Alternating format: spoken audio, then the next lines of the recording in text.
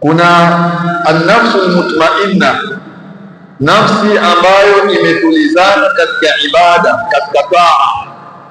Ni marhala ya juu kabisa ambayo mwanadamu anatakiwa afikie, apate nafsi mutmainna, nafsi ambayo imetulizana kwenye ibada, haichunguchungu tena, hailazimishwi tena, haigombeshwi tena, bali haighafiliki tena na ibada na taa kwa Allah tabaraka wa taala.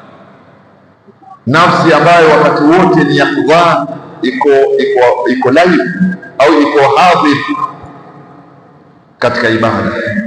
Na Allah tabaraka wa taala nafsi hii amesifu pale aliposema, ya ayyatuha an-nafsul mutmainna irji'i ila rabbiki radiyatan mardiyah fadkhuli fi ibadi wadkhuli jannati.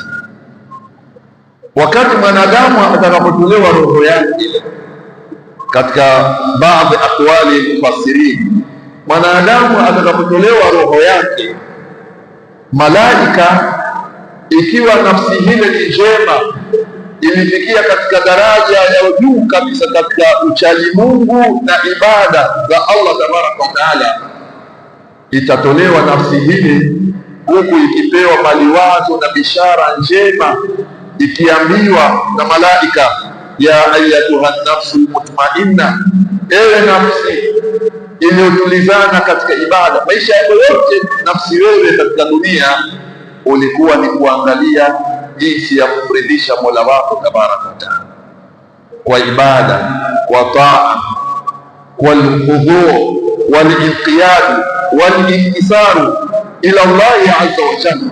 Duniani leo ulikuwa umetulizana, utetereki katika ibada. Irji'i ila rabbiki, basi rejea kwa Mola wako mlezi, yule ambaye ulipata tabu.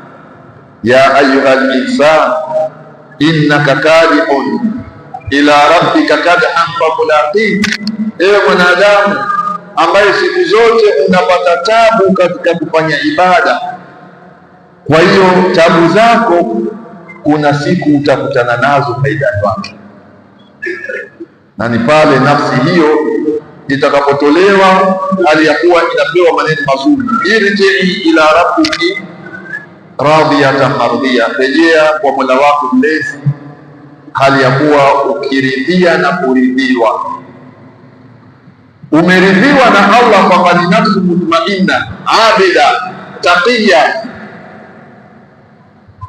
nafsi iliyokuwa imemcha Allah tabaraka wa taala, imeridhiwa na wewe mwenyewe ni radhiya.